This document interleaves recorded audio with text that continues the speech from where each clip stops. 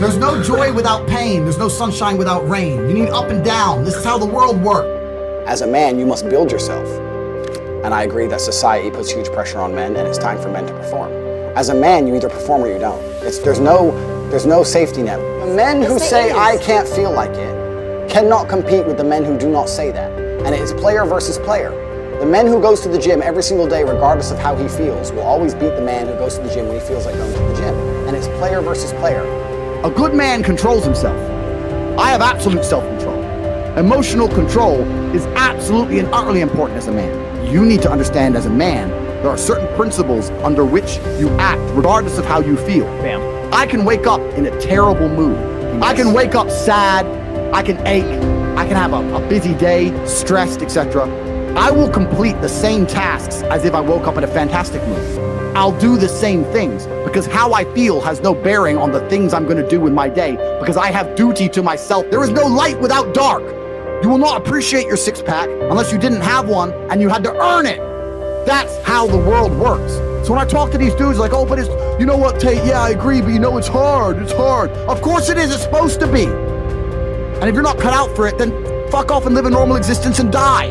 Sit there, letting other men enjoy the spoils of being a man and fucking die. If that's what you want to do, is just sit there and exist and then fade into history unremembered. That's your decision.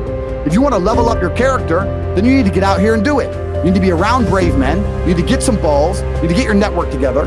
You need to be paying attention, listen to the truth, humble yourself, stop sitting there with an ego. That's the game. But I made myself this way. I wasn't born this way. I absolutely and utterly made myself this way. And any single one of you men out here can do the same thing. I was always looking for, I wouldn't say happiness or contentment, but I was always looking to try and break out of the 9 to 5, just the normal monotony of day-to-day life. I think that men have a very unique life path, and it's very difficult to try and achieve status as a man. It's not easy to stand out from the crowd. And even what women expect of an important man, you need to be smart, charismatic, intelligent, strong, have a nice car, nice apartment, good network, good friends. You need to be able to handle stress. You need to be competent. There's so many things you need to be able to do. It's difficult for a young man to even have all these things. You need to start leveling up your mentality, your spirituality. You need to level up your ability, physicality. There's so many different ways you can level up, like a video game character, right? Once you have all the unlimited money, you can then start ticking all the stats boxes. Knowledge. When guys say to me, okay, well, how do I make women respect me? Well, I say, well, how do you respect yourself? That's the first thing. No one's gonna respect you if you don't respect yourself. Do other men respect you? Like, how do you act in a way that commands respect from anybody? I say, look, if you focus on yourself and make yourself being who you are, being a high-value male, women will detect it and it won't be so difficult for you. You have to respect yourself first. And how does a woman respect a man? When she sees that he respects himself and other men respect. You need to understand that the world you live in as a man, in my personal view, has been very purposefully constructed. It's been constructed in a way to destroy your masculine power. And the future of the world, especially in the West, is a further encroachment on your sovereign ability, your sovereign thoughts, your base instincts, the things that make you happy. Absolutely nobody is concerned with male happiness on any level. They don't want you to be happy. They want you to be miserable. A miserable slave in a tax bracket. And you have to understand this. And the only way you can combat against it is to take significant action. You have to take significant action. You have to use the internet. It's the tool they're using. The internet is the tool they're using to brainwash the masses.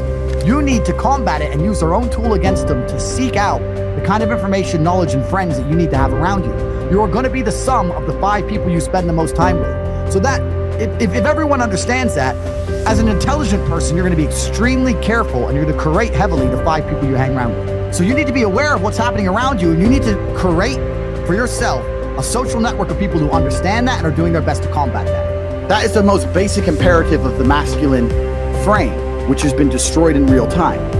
They are trying to convince you that you should act how you feel. You should show more of your feelings. If you feel this way, you should show it. If you want to cry, cry. Look, I have no problem with guys crying. What I'm saying is the reason they're trying to bring out emotionality in you is most of the time you don't feel like doing the things you're supposed to do. But the true masculine frame throughout history was doing the things they didn't want to do, but they knew they had to do because they had honor and duty. When you remove self-control from men, not only do you get emasculated weak men, but what you also get is very dangerous men. There are actually far less genuinely high-value men